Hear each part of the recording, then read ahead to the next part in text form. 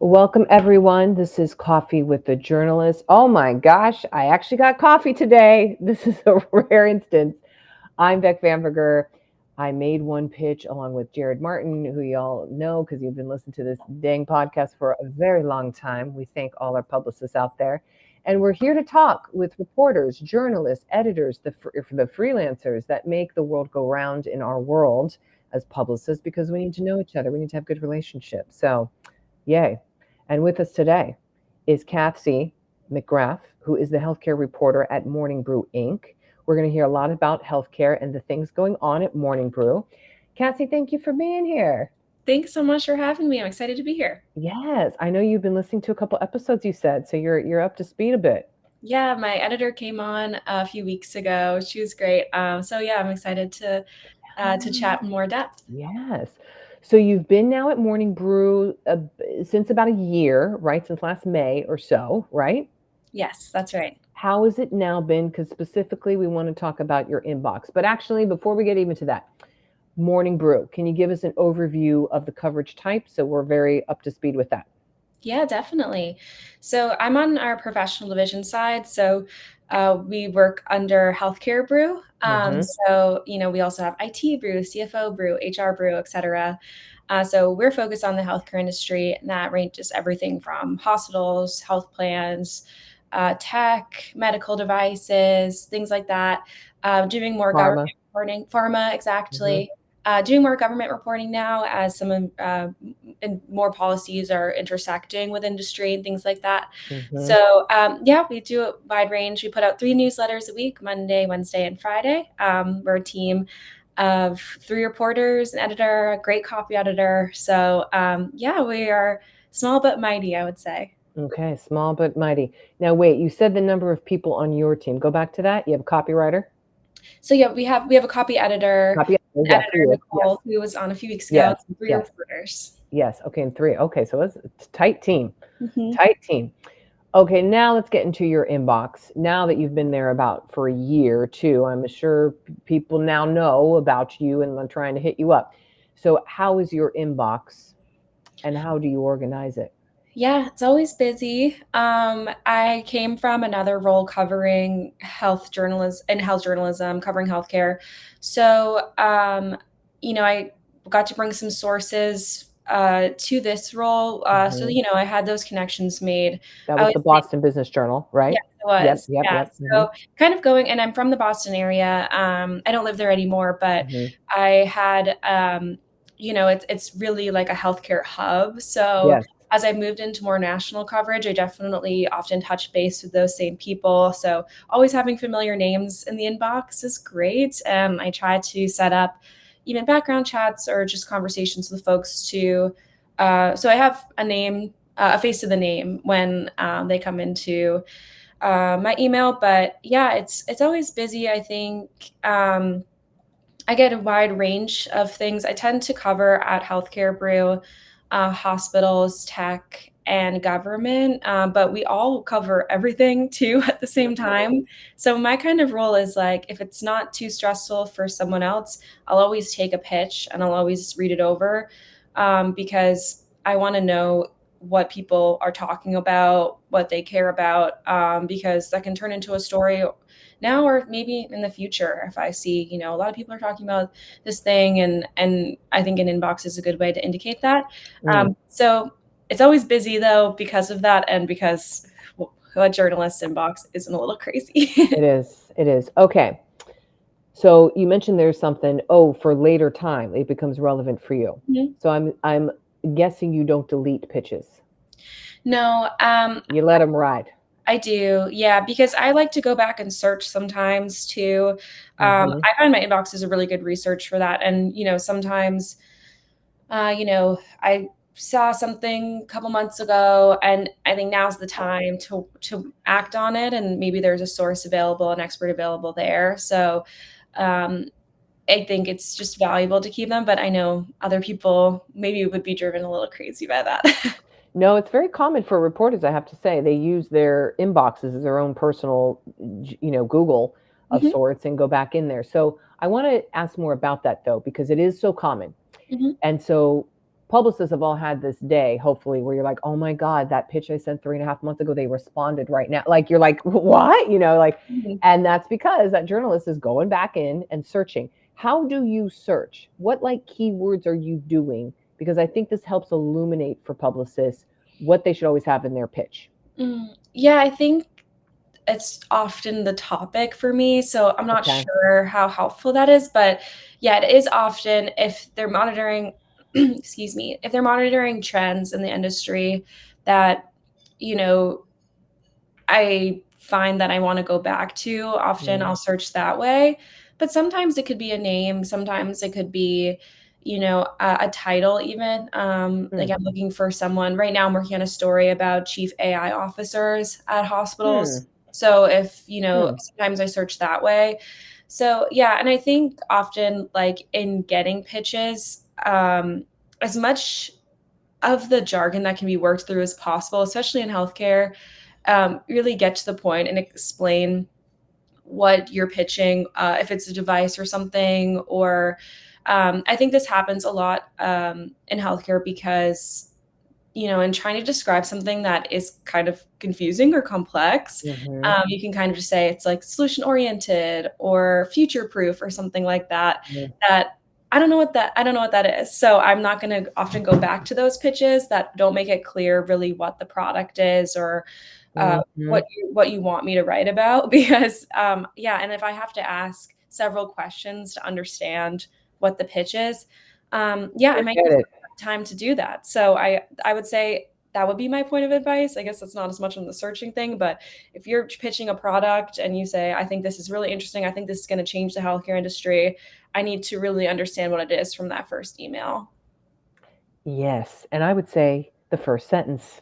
Yes. The first sentence, because no reporter worth their salt, this is my take, is spending the time to like, oh, let me try to figure this out. Let me spend 20 minutes trying to think about, no, I'm already, what? No. Exactly. No. So Cassie, what is something perhaps publicists do that you're like, yes, thank you, I love it, if anything? Yeah, I think like a good description, as I said, of what they're pitching and how it ties into an issue or a trend in the industry. I cover AI a lot for us, and I do this newsletter every month called AI 411 that announces things that happened in AI health tech each month. And so I always really appreciate when I get something that's like for AI 411. Like I know people are following what I'm doing and make my life a little bit easier by being like, we have this announcement. And basically, one of the reasons we started that was because I was getting so many pitches about new products, new AI-driven products in healthcare, and we just wouldn't have the time to write a story on every single one of them. And then through that newsletter, we're also able to monitor trends in health tech and then do stories based on that, like longer stories. So I think, if they're watching what we're doing and they're responding to it, that's always really helpful.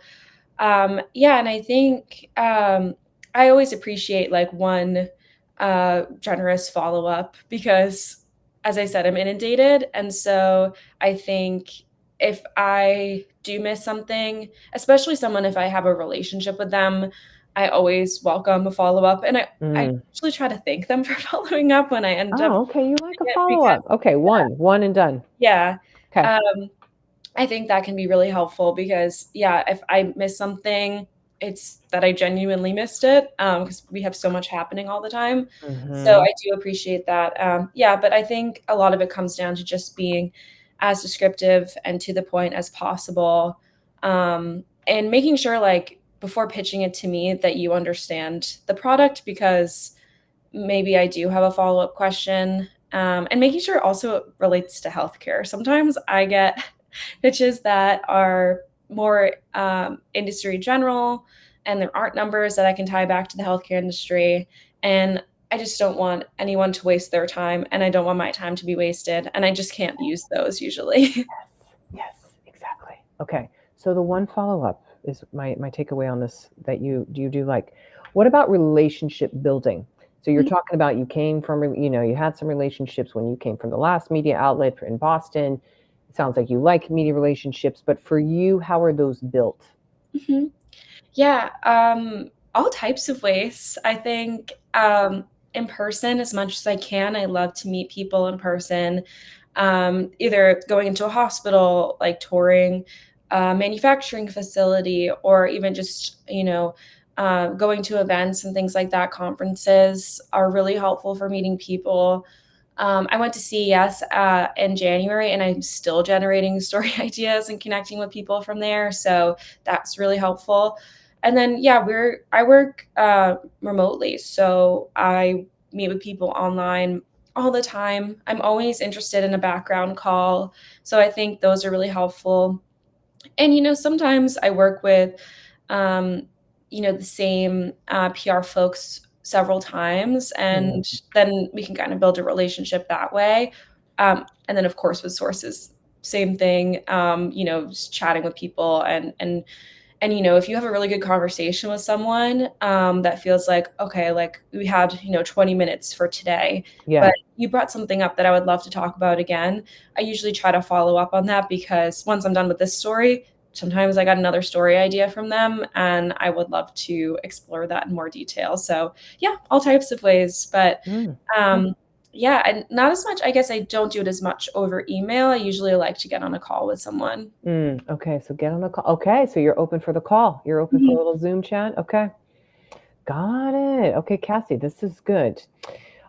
Is there something we touched on it before, and we're seeing this a lot, and this is relevant for this era of this podcast. I mean, everyone is in up on their nose on anything with policy because you cannot Mhm. deny all the things going on.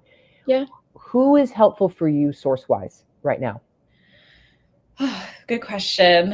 Hmm. Yeah, analysts, I would say, Oh, because analysts. you have Okay. to tie a lot back to the business perspective. So, yeah, Hmm. how is this policy affecting the healthcare industry, the pharmaceutical industry, things like that. So, like for tariffs, for example, we saw today pharmaceutical companies were at least currently exempt from tariffs. And so, what does that mean right now? And how is the industry preparing? Or, with layoffs and stuff like that, having less people working at the FDA, how will that affect the pharmaceutical industry? So those Yeah. are two, like, yeah, just top of my head Yeah. sort of ways that we try to break that down. So Hmm. often analysts can help bridge that connection, but also, I've interviewed people who were fired or quit amongst layoffs. So Hmm. we are interested in speaking with people who are on the ground affected by these issues, of course. The agencies themselves, if they become, more willing to speak, I think we'd be interested in hearing how those, the HHS, CMS, FDA have changed. And I think it's just so confusing right now. Ugh, to Yeah, say the least. yeah. Yeah. But then, yeah, hospital executives or, nurses, wide range, health plans, people who, um, are on the ground and from, executives to people who feel like their jobs are really affected by a change. So I don't think there's like a limit, I guess, to people who we would speak with, but I think it's just kind of finding the right people for each of these issues. Mm. And even in something like the mass layoffs we're seeing right now, Yeah. there's 10 stories I could probably think of right I now know. to do that I would touch know. because healthcare is so broad that it could touch I on know. so many different pieces. So, Ooh. yeah. Do, I want to touch on that. Okay, especially with the small team that you have. You're not Wall Street Journal where, oh my God, there's 20 reporters on one beat. How do you all, because you're saying, oh my gosh, there's so many stories I could do. How do you all decide on the stories you do? Yeah, so I cannot speak highly enough of my team. I love, love, love working with Maya and Caroline, who are the other reporters, and we have a weekly pitch meeting, and we bring pitches to that we kind of just catch week to week. We also, of course, like respond to do daily stories based on what's happening in the industry as we hear news and things like that. But it's very collaborative, and I would say like I mean, we're always messaging, did you see this? Did you see that? We share sources and things like that. Mhm. And I said, we have like a loose outline of who covers what. So like I am covering a retail pharmacy story right now, and that often falls under Maya's purview. But I think part of it is that we just do a really good job like sharing and brainstorming. Like while we bring pitches to our pitch meeting, it's also a brainstorming session. So sometimes I can just say, but noticing this, is anyone else noticing? And so, yes, well, I think it's kind of our approach is carving out the best angle. So even if we have a smaller team and we can't maybe do as many stories as another pub could, it's finding the right story right now and then being really open to follow-ups, and trying to find that unique perspective that's really not out there. And I think we do a good job at that. And I think a lot of that comes from like the teamwork that we Yeah, put just into it. sharing, talking, but yeah. Exactly. Mm, Yeah. mm, 'Cause we're all like seeing things happening all the time and speaking with different people so that we can bring that to really carve out that ideal angle, I think. mm. Such a joy working with people you love working with, and it's small Totally. and it's tight, and you're like, yes, it's a vibe. Oh, Yes, that's dream, great. It's dream, awesome. Yeah. dream. Well, Cassie, I have a list of some fast fire, rapid fire questions if you're Mhm. down for that. Are you ready? Yes, ready. Okay. Video or phone interview? Ooh. Can I say both? I like Yeah. both. Yes. Okay. Bullet points or paragraphs in a pitch? Um, I think I'll say paragraphs. Okay. Short or long pitches? Um, I prefer longer if it takes more words to explain it, Hmm. because Hmm. I think if you What try a to rare answer here, but go yeah, ahead. Yeah. I think that kinda ties into what I was saying earlier. If you try to cut to the chase a little too much, it can Muddle just it up. I don't really know what you're pitching. So short if you can, but I will read a longer pitch if I think it's worth Mm, if it mm, needed those extra mm. words, but Okay. long not too long. Okay. Images attached or Dropbox zip file? Images attached. Okay. Email or a DM of some sort? Ooh, I like both of those too. Oh, Yeah. wow. Cassie, you are a rare one where you're like, oh, both. This is Yeah. very rare. Okay. We talked about follow up. So it sounds like you're one and done. Like one follow up, you're good. Yeah. Okay. One and done. Okay. Direct or creative subject lines? Direct. Direct. Press releases or media kit? Um, I think press releases tend to be more timely, so I'll say Hmm. that. Okay. And then what about time that you read your pitches, or is it all the time? All the time. All Yeah. the time. All Yeah. the time. And then we talked about sources. So I think we're good there. But you know what? We didn't talk about this. Do you read all the pitches? No, I Okay. don't. And But a you lot don't delete. It sounds like you let them ride. I do. I read Okay. as many as I can, but Physically. yeah, You're like, exactly. yeah, And yeah, but, like, I get pitches on things that have literally nothing to do with healthcare, so I do not read those. yeah. No, that makes sense. Yeah, Yeah, yeah. and yeah, I would say, like, don't be misleading in your subject lines too. I got a pitch once that was it said something about Colin Farrell, and it was just that, like, What? it was a condition that touched someone in Colin Farrell's life, but it had nothing to do with him or whatever, and I was like, Yeah, "Well, now I'm annoyed." yeah, yeah, Because yeah, yeah, yeah, yeah, this yeah, is not on the yeah, same topic, and I don't like feeling like someone's trying to catch me. I just like honesty, be straight yeah, up, tell me what you got, and yeah, I'm not gonna feel more inclined to work with someone who I feel like misled me. yeah, yeah. Good. Okay. Cassie, anything else you want to promote, highlight, tout, talk about? How do we sign up for your stuff, for example? Yeah, so Pretty easy. yeah, we're at Healthcare Brew. Pretty Yeah. easy. I recommend subscribing to our newsletter, which you Hmm. can't miss on our landing page. And then, yeah, we have a few projects going on. One is a quarter century project that's looking at like it's newsroom wide. So you can see it in a lot of different industries. Ours, of course, focused on healthcare, but it's, how healthcare has changed over the last 25 years. My first story for it was like a day in a life in a hospital in the year 2000, and talking to people who have worked at Mass General Hospital for a few decades, and yeah, how their work has changed. But we're also looking at like the Affordable Care Act, looking back at COVID, things like that. Mm, And then, yeah, I put out newsletters every month. I mentioned AI 411. I also write Signed and Scrubbed, which is a list of I like M&A that. That's fun. bankruptcies. Yeah, we love puns at Morning Brew, and I say we're really good at them. Good, good. Hmm. And then otherwise, yeah, just don't hesitate to reach out if you're listening to this and you have a pitch, or you just want to chat, or you want to know like, what am I looking for? And I always post on LinkedIn when I'm looking up for sources if I'm having a bit of a hard time. So keep an eye out there. If you think you might be able to connect me with someone, that would be awesome. Okay. And she likes to make relationships. Ta-da, let's make it happen. Yes. Cassie, thank you so much for being here today. Everybody, she likes attachments. She likes short pitches, long pitches, all the things. This is Cassie McGrath, from a reporter from Healthcare Brew. Sign up for her stuff.